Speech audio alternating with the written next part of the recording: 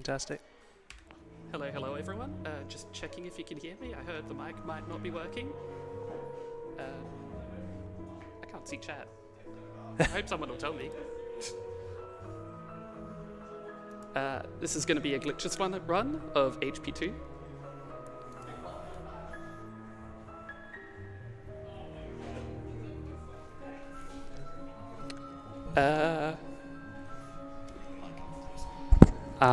Okay. Yep. Oh, I can hear myself more now. Oh, way up there. Okay, that's better. We're good. Cool. Okay, so I'm going to get right into it. Time starts on the first loading screen, which has a big blue cloud. I'll try count it down. 3, 2, 1. Go! I did it terribly. It is a really weird timing. The auto splitter does like the brunt work of the timer, really. Yeah, I don't actually use the auto splitter per se, but we have to use the load remover, and it manages starting the run as well. Yeah. So I don't really know the timing. Weird game needs weird rules. Yeah. So this is a glitchless run.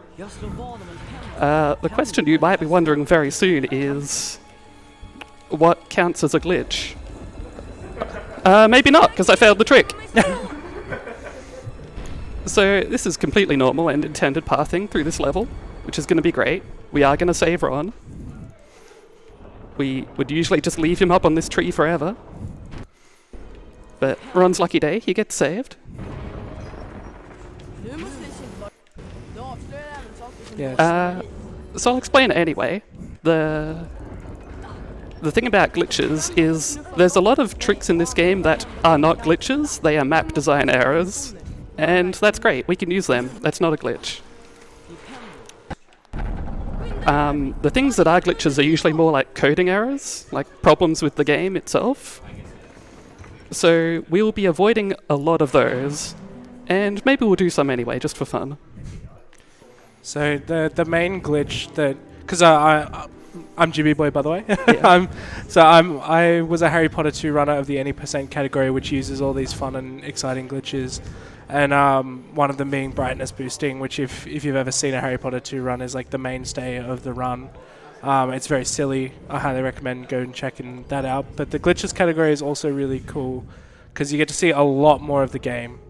A lot of bits that probably even I haven't seen. Yeah.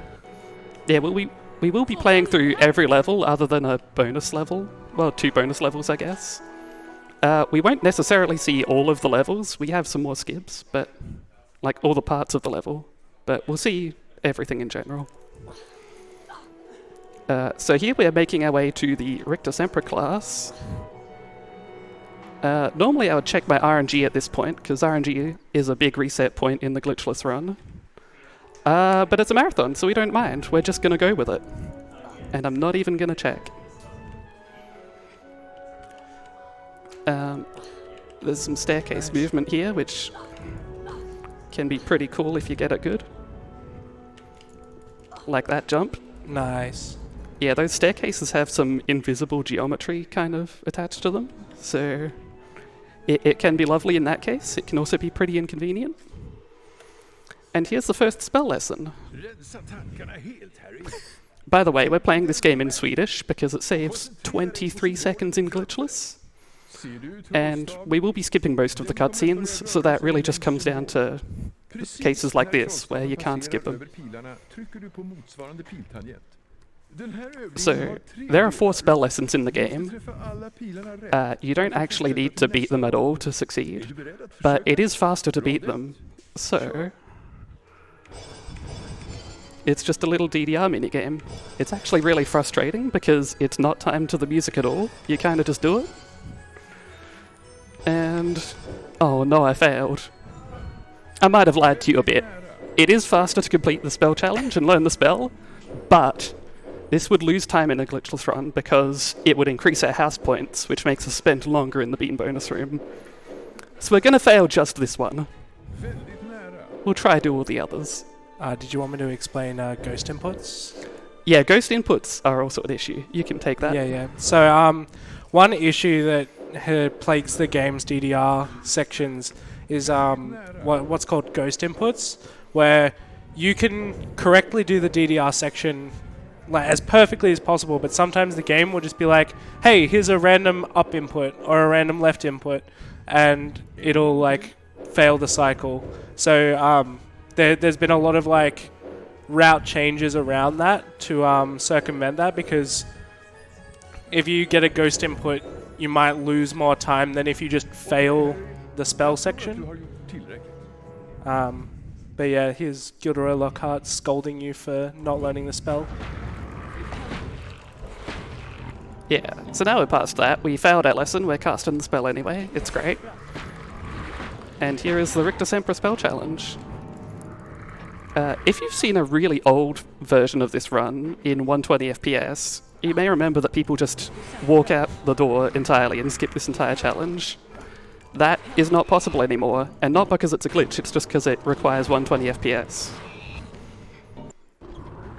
Though I think we technically count it as a glitch, it's kind of just a leftover rule because it's not possible anyway in glitchless. Yeah. You'll notice in the bottom right-hand corner that there's a frame limiter. This game originally had two categories, 60 FPS and 120 FPS, because there are tricks that you can do in 120 that you can't do in 60.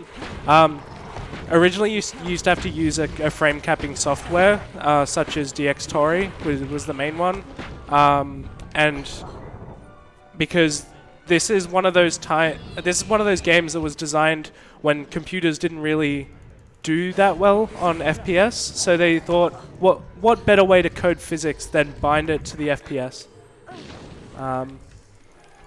Oh, nice. So that's the RESP. That's a niche trick not many runners do. Most just jump directly up, but then you have to walk around the pillar, and that's slow. So I like that trick. And I think the interesting thing about the glitchless run is there's a lot of little tricks that not many people go for. It feels really creative or expressive, something like that.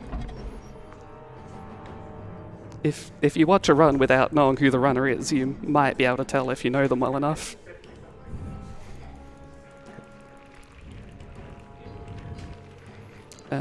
Here, I'm just going to bounce off this door to get a bit of extra movement. And chasm jump. We can just jump right over this gap instead of taking the long path down and up. Yeah, so this glitchless run has a lot of little and medium-sized tricks like that. Oh, I didn't time this. Another interesting piece of movement that you'll see Lucille do a lot is when she's in the air, she'll spam cast like that. When you're normally jumping without spamming cast, you actually move 5 units slower. So if you jump and spam cast, you actually move the exact same speed as if you were just walking. Yeah. It saves a lot of time overall in the run. And that's particularly helpful because you also walk slower on slopes, because I guess your movement is some of it's being put into going up or down. But if you jump, you can avoid that. And then if you cast, you can avoid the jumping penalty. So I'm going to jump as much as I can while going up this spiral. These crabs can be tricky. If they hit that corner while they're falling down, they will just slide off into infinity. But I've played it a bit safe, it looks like we're good. And that is going to be the Rictus Emperor spell challenge. The main way this game is set up is there's a lot of moments from the movie and the books that you'll normally see, including Peeves, which I like. I like that Peeves is included in the games. But it's mostly around learning the spells and doing the spell mini games. We got perfect RNG. We're Nice. spending no time here.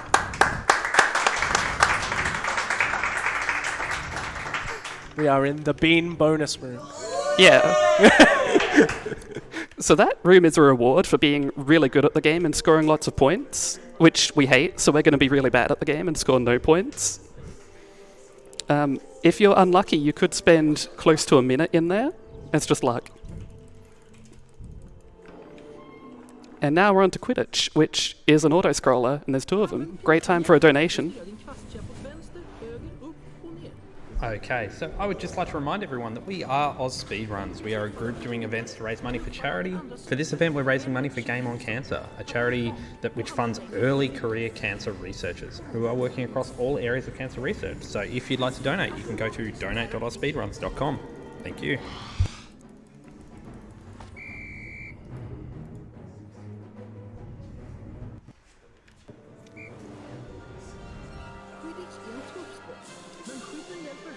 So throughout this run, you're also going to see these little green hourglasses pop up on a black screen.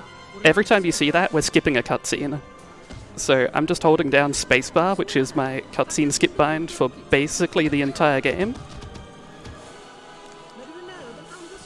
Because we don't like cutscenes, they are slow. There's a bit of timing there that you have to do within the Quidditch minigame where you can't actually get rid of the rival seeker until... I think it's once you get around once, I believe. There's a certain timing. Yeah, we time it by the hoops, whatever they're called. Yeah, and because if you do it too early, the Seeker spawns again, which means you have to go through that, getting rid of them again, losing a bunch of time. Yeah. So coming up is the Potions class. This is actually a case where we have to go a bit slow to go fast. Because if we brew this potion too fast, we will overlap two different cutscenes, which is a soft lock. It is also a banned glitch, but it's not useful, it's just bad. I do like that loading screen, how the potion like brews whilst it's loading. It Yeah, that's fun. looks very silly. Yeah. So we survived Potions class, much easier than in the first game, and now we're up to learn Scourge. It's probably worth mentioning, this game is probably nostalgic for a lot of people in the audience. I think it was pretty popular. But you may remember it very differently, because there are actually at least 5 completely different versions of this game. There's the Game Boy Color version, the Game Boy Advance version, the PS1 version, the PC version, and then the 6th gen version, which is PS2, Xbox, GameCube. These games are all completely different, developed by different people. I think they might have overlapping voice lines, but that's about it. So, if you don't remember this part, you may have played a different version. I think the main thing a lot of people remember from the console versions is the gnome throwing at the start of the game. Yeah. It's near and dear to my heart. Yeah. Oh, the gnomes in this game are very cute too. Yeah. Though I like them better in HP1. You knock them over and they just sit there complaining forever. They never get back up. And in saying that about all the different versions of the game, within the speedrunning community there are, each game has like a full series run. I think it's... yeah, single year. Single year, that's it. Where you do every platform version of the game in one single run. And then there's full series, and then full series all platforms, and it just gets insane the amount of time that people have spent in every single platform and version of the game. Yeah, there are some very long, I don't know how long it is, like 40 hours? Yeah, where you play every main series game and then you 100% it too. It's a lot. Yeah, I remember Nixo was building up to a full series 100% run not that long ago. Yeah, I think he did it. Yeah. Don't worry, it does factor sleep into the actual runs. You can sleep. Yes, they take breaks. There's a macro optimization here where I'm not holding forward until the first cutscene is done. Because if you run a bit forward before the cutscene, it'll put you at an annoying angle. So this is the Scourge challenge. In glitched categories, people just skip this entire challenge because you can just jump down if you wall walk. But this is glitchless, so we have to play it.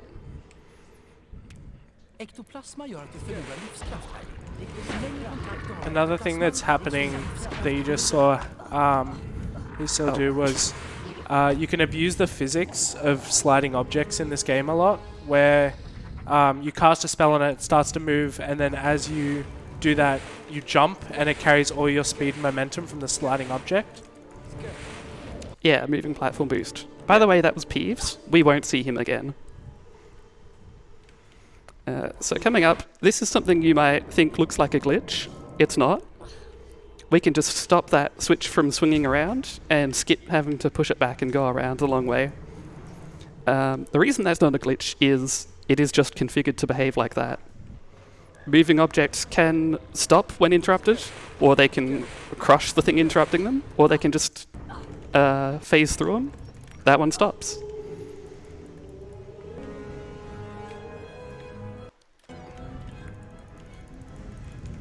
Oh, I couldn't hit the pixie.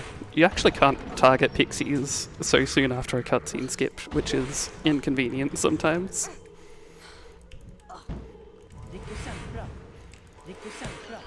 So this platform has a skip where you're meant to put a weight on it so it can hold you up, but if you just activate it pretty fast, it won't activate again, it won't fall back down. It's a little, weighted scales puzzle. But yeah, you don't need to worry about it if you're fast. Nice. Here we're going to follow Ronaldo down to the bean bonus room, but we're not going to win this time. Yeah, we don't get to go into the bean bonus room again, I don't believe. Yeah. If we were really good at this game and scored lots of points for Gryffindor, we would get to go in lots. But we're just not that good. We're 110 points behind. Those pesky Slytherins. Yeah, they're just too good. So now it's time to steal the Bicorn horn from the dungeons, from Snape's storeroom.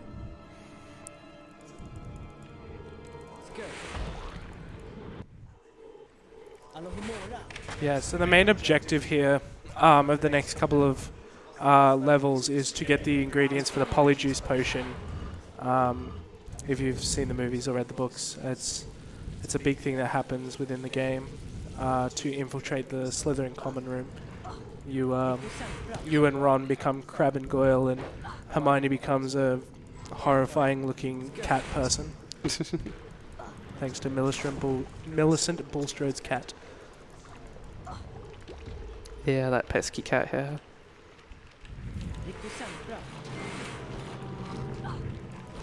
And I'm sure the Polyjuice potion will tell us lots and be really helpful.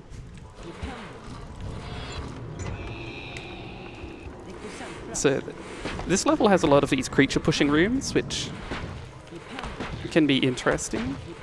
Sometimes these creatures just don't behave right.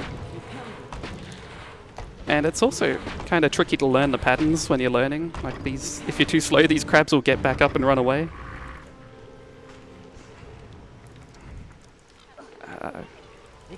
And then these are the same snails from the room up above. I have to push them into their jail cells again. I'm sure they love it there.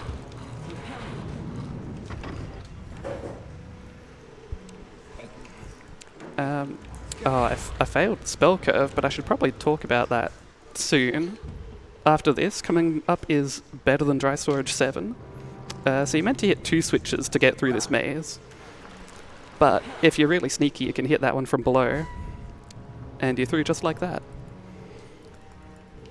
Yeah, it's supposed to be a huge sort of maze puzzle where you have to hit the right colours so that you can get through the puzzle properly. But yeah, just being speedrunners, we can just skip the entire thing. Yeah. So we're meant to like stand on these wooden platforms as they swing around, but that's slow, just jump. That is also a bit of a tricky skip. That's the kind of skip that new runners can struggle with, and even I can struggle with sometimes. I was missing it. I think I died 3 times there in practice a couple hours ago.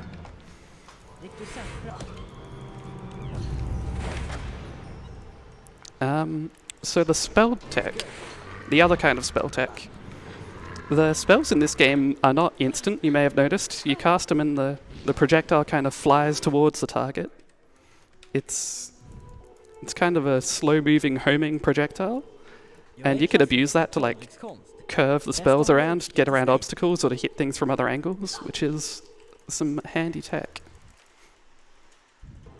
that you'll see throughout the run. I mentioned it earlier because I was trying to hit the Scourge around the wall, but I failed. So coming up is dueling. there's a cool new dueling club in school. So we're going to duel someone. I'm going to go for a trick called Fast Malfoy here. Idag har du äran att få duellera mot det stolta elevhemmet Slytherin här. I got the trick, but I didn't do enough damage with it. Nice. Yeah, so still pretty easy to beat Malfoy. If you've played dueling casually, it's basically a game where the opponent will reflect your spell back at you and you have to reflect it forever, and it's a big game of ping pong. But if you're strafing, then you trick them into strafing to follow you, and they can't reflect the spell while they're doing that, which makes it easier.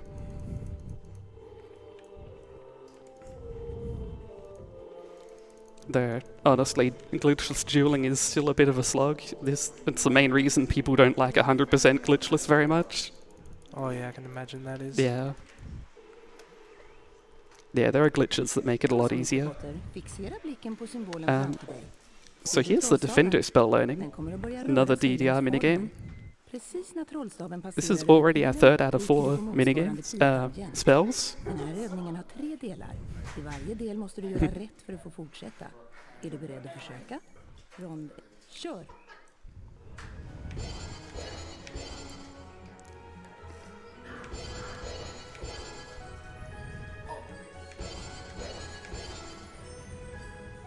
Bra, Harry.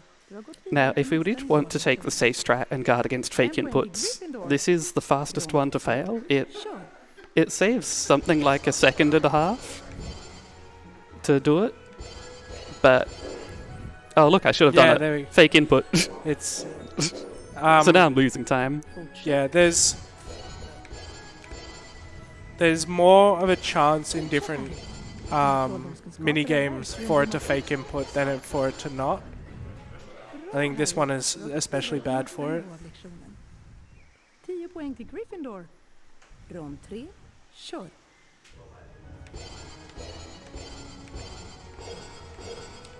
The earlier spell challenges are more likely. It gets progressively less likely to fake input as the game goes on. Bra.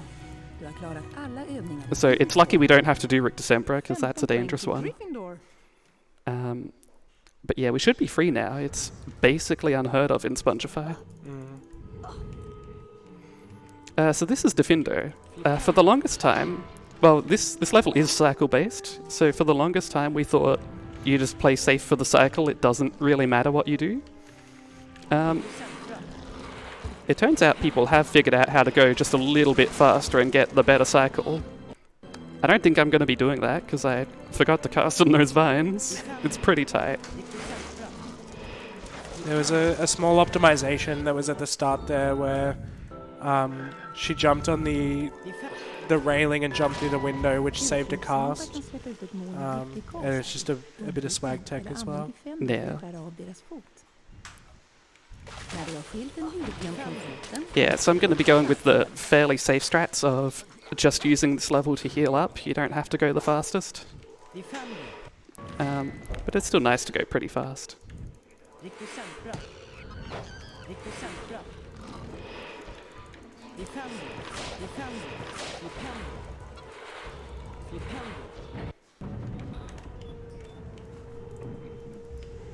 Taggiga stickplantor skjuter ut sina taggar om du kommer för nära.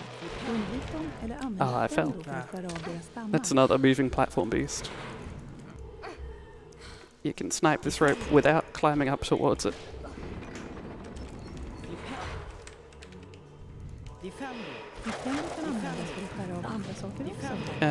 So yeah, this is going to be a pretty chill level. Time for a quick donation.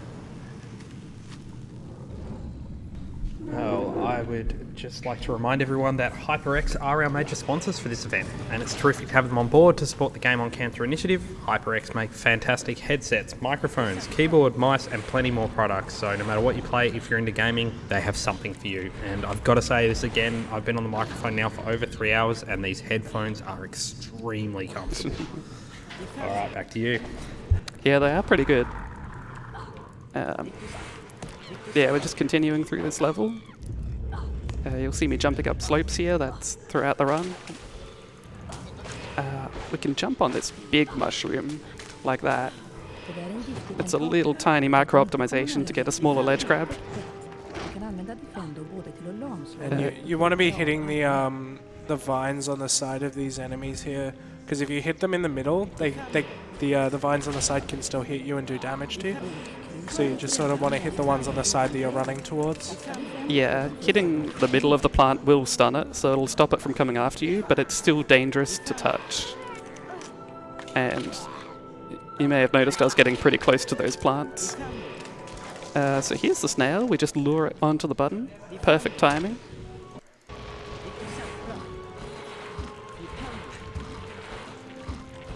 Oh, that's no good. Snail got stuck in the corner. And the other one's fallen. No. Oh, I shouldn't have stunned it, it was coming back. There we go. Oh, nice. Okay, Saved it. so that's a kind of slow defendo, don't run into the plant. And that was the global cycle we were worried about, so I have to go fast from here on out.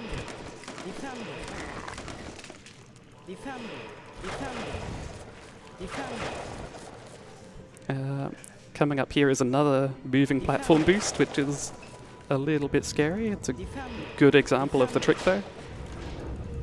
Nice. Yeah, that is real physics. If you jump off a moving object, you are expected to inherit its momentum. The unrealistic bit is that it brings you up to speed instantly.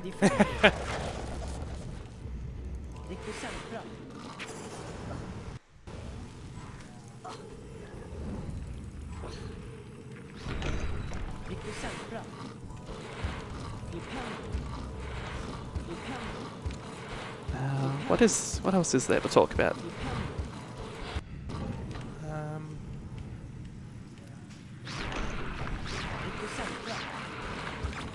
Oh, you see just there, my flipendo aimed at the further snail actually hit the closer snail. You can push them without stunning them, which is an advanced strat if you do it on purpose, but I kind of just did it by mistake there. So that was Defendo, we know that spell.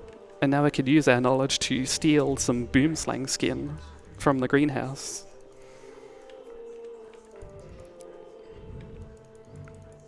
And this is actually a really cool level in Glitchless, because we're going to be jumping on some mushrooms, which is kind of some unintended tech. And we get to use it twice in progressively bigger ways, so it's kind of like it brings you in naturally like a tutorial, but it's just completely unintended.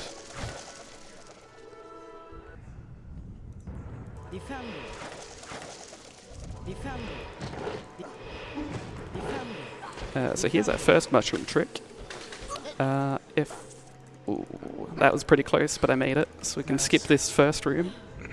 I can't remember which runner I saw do it, but they actually lost a run there in a glitchless run where they jumped on the mushroom, pulled themselves up, then as they jumped, they actually hit a pixel walk jumping into the door, which then invalidates the run because pixel walks are considered glitches. Yeah.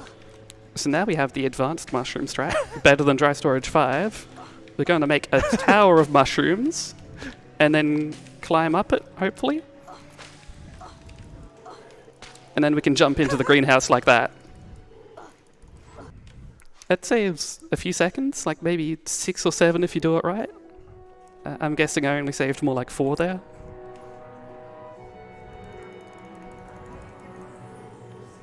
And you have to be careful there, because if you run into the mushroom, you'll pick it up again. Again, Gryffindor doing extremely poorly, so no bean bonus room for us again. Yeah, it's so sad, we don't get free beans. So now is a kind of scary trick, Dumbledore skip. It's not that hard, but it's high pressure because it saves several minutes. But if I fail it, I'll just reboot the game to try again.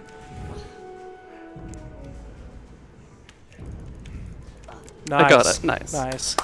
Yeah, so that one's a good one. I think I did that trick 6 times at PAX 2019 and failed it almost every time.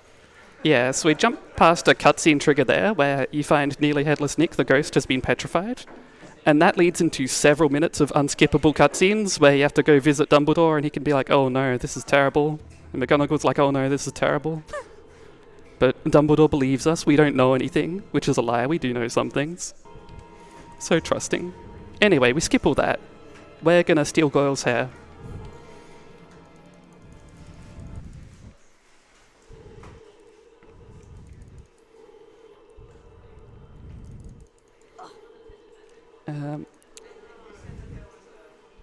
So there's a little jump coming up here that we call Dumb Goyle.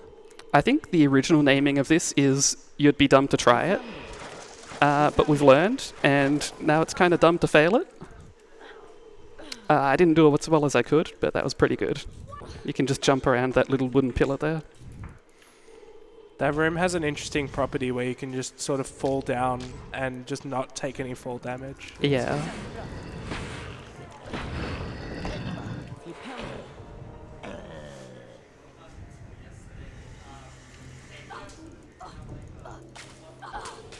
Yeah, normally fall damage is a concern, and we kind of have to manage our health, but that particular room just doesn't allow fall damage. Oh, not aiming right. I like to grab this bronze wizard card, because it shouldn't cost time. You don't need it, it's just fun. It's a little reference to my favourite run, glitchless all wizard cards. Because there are 101 wizard cards in this game, and you can collect them all. But we're just getting one in this run.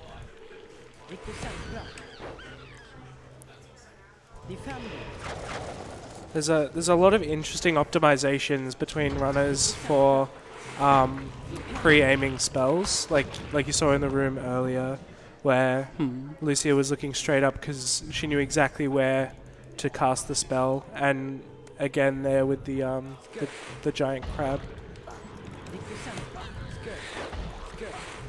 This room can be tight to do at full speed. Like it's easy if you just stop and cast at the goo early, but we don't like to stop.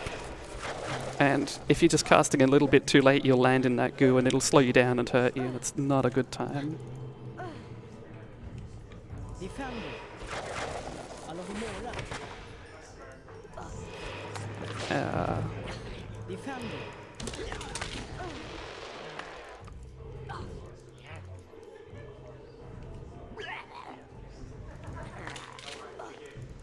Time for a quick few donations. Yep, sounds good. Okay, we have $2.22 from Anonymous saying, "This is such a pleasant run. Donation goes to Runner's Choice." Oh, what's my runner's choice? I think it might be Kiwi Italian. Oh, that's fantastic. I know Thank you. it's a bit cruel, but I want to see it. Nico Sal does not look happy that we're putting it towards that. We also have $10 from an Anonymous who says, "Awesome event. Shout outs to all the runners for putting on some great performances this week, and a special thank you to all the staff behind the scenes. Keeping the stream running smoothly. Donation goes towards Rainbow Colour in World's Hardest Games." And finally, we have $10 from Charles that says, "Best of luck, Lucy." Oh, thanks, Charles. Oh, did I get the frog? No. I thought I heard the frog. Yeah. Those cauldrons have a 30% chance to drop a frog if you're at no health, and then the percentage is modified by how much health you have. So I guess I had a 10% chance. So, wasn't really expecting it. There's a strat in the staircase room where we can just drop down instead of going around. I was trying to save all my health by landing on the lamp, but didn't make it, so we're low health now. Oh, I'm interested to hear what it sounds like when he says my favorite line in the entire game. Because when he says it in English, he said it's probably some of the worst voice acting I've ever heard. Oh. It's the That's the password. That's the one. Yeah. So Swedish Harry as Goyle, Swedish Goyle, says that line very fast. That's one of the reasons Swedish saves time. Yeah, in English he sits there and he's like, "Oh, so that's the password." Yeah. And it's just... Yeah, this is an unskippable cutscene, because we're learning the password.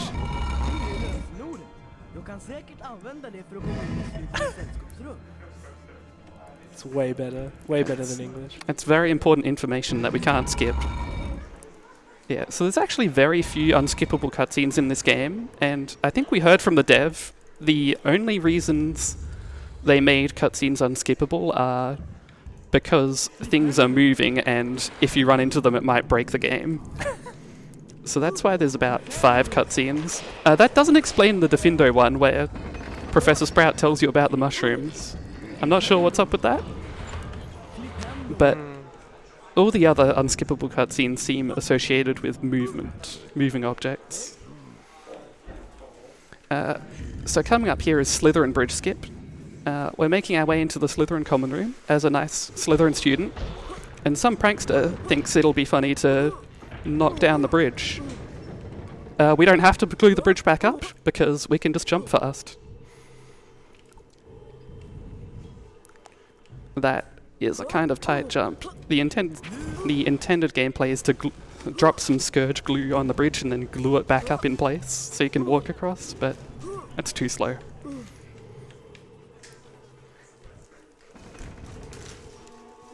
So here we are, after the adventure of getting to the Slytherin common room. We're now in it.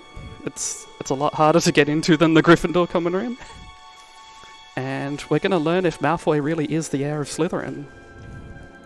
I'd hate to be a Slytherin student having to go through an entire obstacle course just to get to bed. Yeah. I mean, it's not as bad if the bridge is up. Just some prankster knocks it down. So we've just learned Malfoy is not the heir of Slytherin. Time to escape. This is kind of a stealth section, but not really. You can kind of just run away from them. They sort of stop you and they go, "Hey, you're not from Slytherin," and then they start walking towards you. Yeah. Apparently that can be harder or easier in different languages because when they start running towards you can be after the voice line or during it. So it's another regional variance, but it doesn't really matter. It's just easy to run away. By the way, he's there forever. No one ever found him because we skipped the cutscene, so that's fine. I think if you skip the first, because in any percent you skip the first cutscene with Nick as well, Yeah. by brightness boosting. So there's actually two nearly headless Nicks just inside each other on that platform. Yeah, it is possible to skip the first one in glitchless as well. It's just really hard. The cutscene trigger's a bit bigger, Yeah. and it saves 2 seconds. So sometimes people go for it for fun. It's not really a strat that people go for. We call that Nick Skip 0. But here we are learning our final spell. Good time for any messages.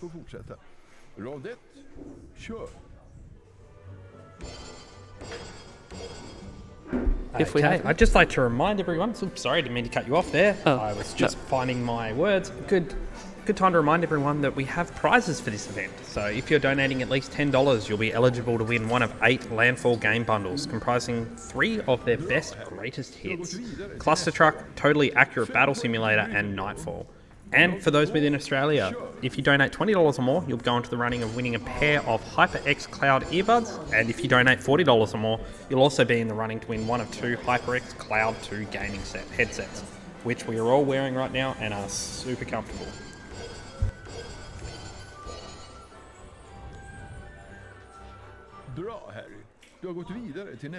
And we just have a donation that's popped in from Ryan. It says, "Good luck, Lucy. Beautiful shroom stack. Nice fake input on Defendo. First try Scourge Snipe or Riot."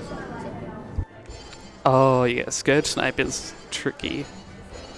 And that's coming up near the end of the run. That is a trick that you can technically line up really precisely and probably get it within a few tries, but I kind of just treat it as RNG, so we'll see how it goes. But that's later. Here's now, we're doing the Spongify Spell Challenge. You can jump over that cutscene trigger and it saves the time you spend cutscene skipping. Not much, but I failed it. I think this is the level I've seen the least of. Yeah, well, you're not going to see all of it because we skip about half of it in glitchless. But we still see some. So this room only activates if you hit a cutscene trigger in the middle there, so we just avoid that, and this elevator never lifts up. Coming up is Decanter Jump. This red thing is a decanter, by the way. We can jump off that to avoid a cutscene trigger, and that's pretty helpful. Now, you just saw me abuse a glitch. That is one we've decided to allow, Spongify storage. That's why I didn't take 4 damage there. There's a bit of debate about whether it's a glitch, but we allowed it because it's not very useful, and it's easy to use it by accident and invalidate your run. So that's halfway through Spongify. Now that's 99% through Spongify. You're meant to go across to that platform, but we decided to go fast.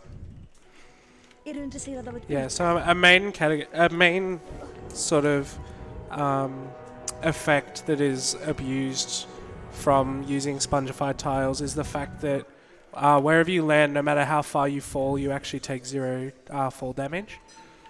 So I think you see it a bit later in Forest, where you jump off a Spongify tile and fall like a long way and just take 0 fall damage.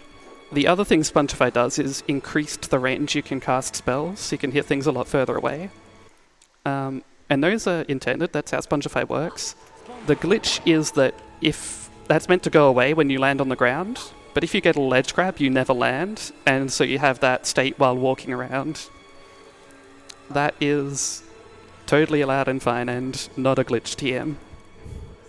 I'm so glad I'm not the only person that just sort of taps the wand as you're running along.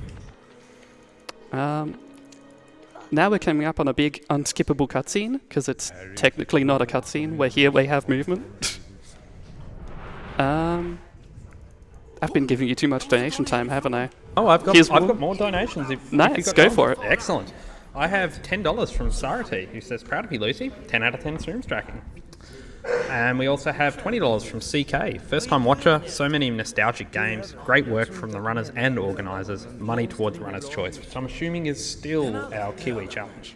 Yeah, it's... Det minsta Hogwarts kan göra är att se till att saken som dödade flickan blir slaktad. Det var inte han! Low poly young Hagrid. Yeah, this is Hagrid, 50 years ago or whatever. Maybe not 50, I don't know how long it takes. I'm not very good at the lore of this game. We don't get glorious PS1 Hagrid, but we get low poly young Hagrid, so I'll take that as consolation. Yeah. We found out Hagrid has a terrible monster, it's that spider. So maybe that sucks. We should go talk to that terrible monster spider, ask if it's killing everyone. And it Great says plan. no, except for you. And chases you away. Yeah. Yeah, so... Well, I guess that's not the plan. We're trying to talk to Hagrid, but he's busy being arrested.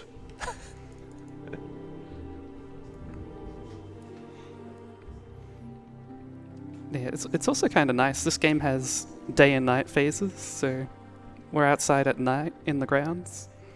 This happens during this part of the game. It also happens right at the start of the game when we're coming in from Willow. And the interesting thing about that is you can get into Forest right here at the start of the game with glitches, which could make the run really short, but it doesn't because you don't know any spells and you kind of need those. So yeah, any percent was nearly a 7-minute run. So that's another one of those enemies that if you cast the spell on the middle of the enemy and then ran immediately through, you'd get hit by the arms of the plant and take damage. Yeah. You just saw me fail Forest Bridge skip. That bridge collapses if you stand on the middle of it, so you kind of jump around and back onto it, but I missed the initial jump.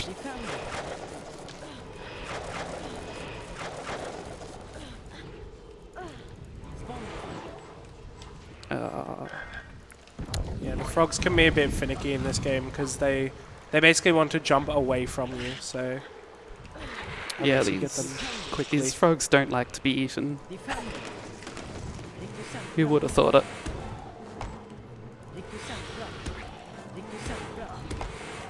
Oh, I want to cast on the second spider twice there so it doesn't get in my way.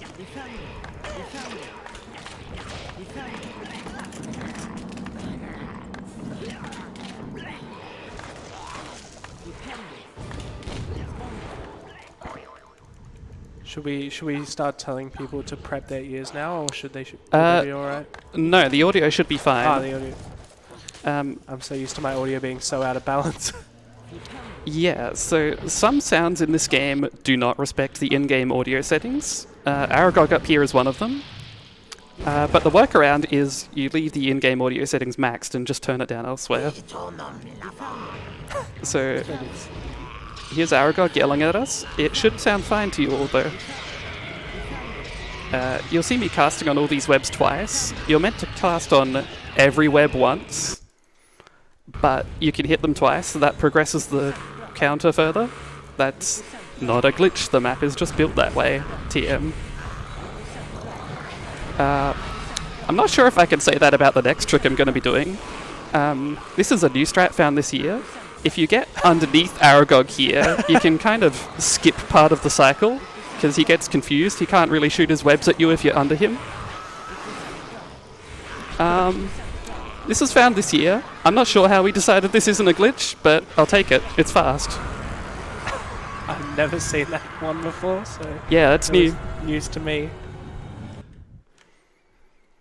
And so that's Aragog defeated. The first of our 2 boss fights, I suppose. Go this way. And now we're coming up to the Chamber of Secrets near the end of the game. My health is full. I have my potion. Seems like it's going pretty well. Yeah. So there's a backup strat in the chamber that if you at any point had to drink your potion to get health, luckily in the Chamber of Secrets they've given you enough ingredients and a cauldron to make a health potion. Yeah. Yeah, so we could brew an extra potion for safety. Things might end up going that way, but for now it doesn't seem like that. Abusing Spongify again there. Yeah, we can just drop all the way down here. You're meant to ride that elevator down. So this is Scourge Snipe. We'll see how many tries this takes. I got it first try when I was practicing. Basically, there's a bit of goo holding this gate up. You're meant to go around and hit it from below, but it is actually poking through the level, and you can hit it from up here if you're really good. There is a precise lineup people do that I'm kind of trying to replicate. I kind of usually just spam it and hope. There we go. Nice.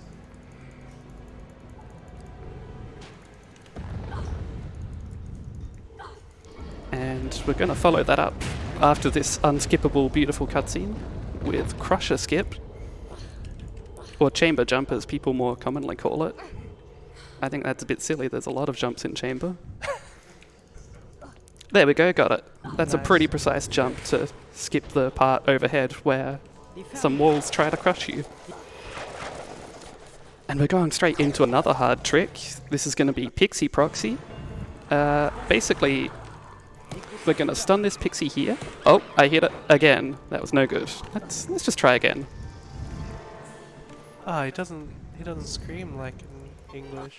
Oh, is it meant to scream? Yeah, usually Harry goes, "Wah!" Oh, Harry. Yeah, so we're going to bounce off that pixie to get to the middle of the room here, instead of going all the way around.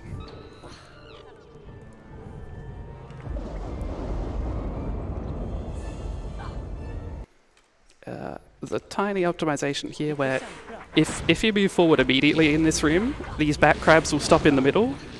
But if you just wait any time at all, give them a moment to move, they'll move into these edges, so they're closer to the holes you're putting them in.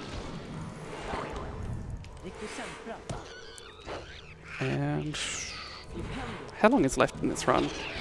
I guess I can't say because the snake fight might be kind of tricky. Yeah. But hopefully it'll go well.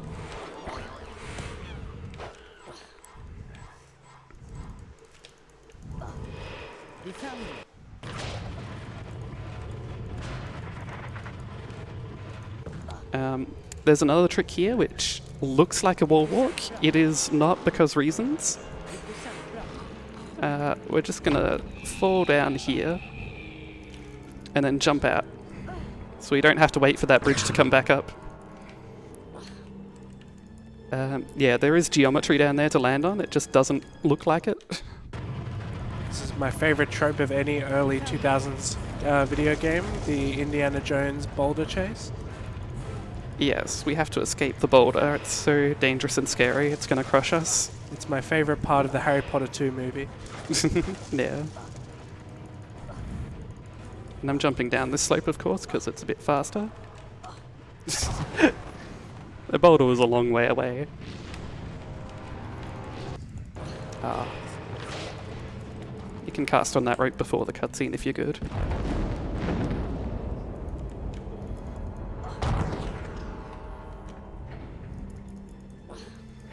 Okay, and now we are in...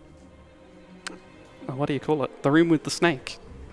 I guess it's already been the Chamber of Secrets, but I don't need a safety potion. We're being brave. Nice. So, if you watch this movie, you will of course know we defeat this snake with sword lasers.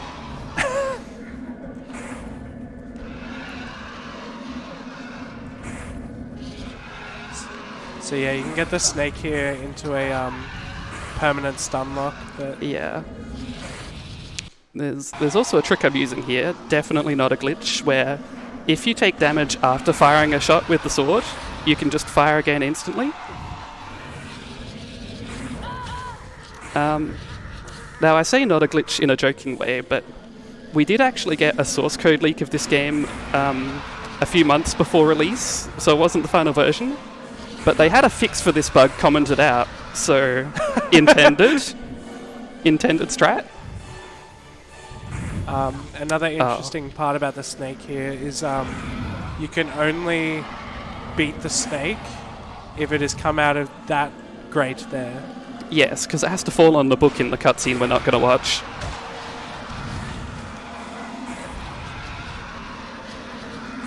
Nice. And that's the snake done. So this run is ending pretty soon, about 15 seconds, maybe? I don't know, I never counted. Oh. Oh? Or the game is going to crash. I'm sorry? Oh? Oh? Are we Whoa! fine? I've never seen that before. There we go. There we go. That was so scary. Okay, we survived.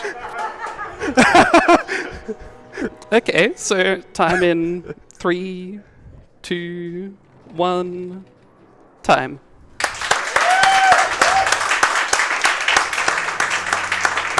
So it's Mavenkada HPPC. Yeah, so that was Harry Potter and the Chamber of Secrets, glitchless, in Swedish. What was my time? 51. Oh, it's not great. It's alright. It's alright for a marathon. You had a really good snake fight. That was... Yeah, well, we like to two-cycle it, but Yeah, I didn't get that. Yeah, so thanks ASM for having me. If you want to learn this game, Glitchless is a good run to learn. There's multiple tutorials. Or you can learn 80% if you're bold. There's also plenty of tutorials for that. Have fun. See ya.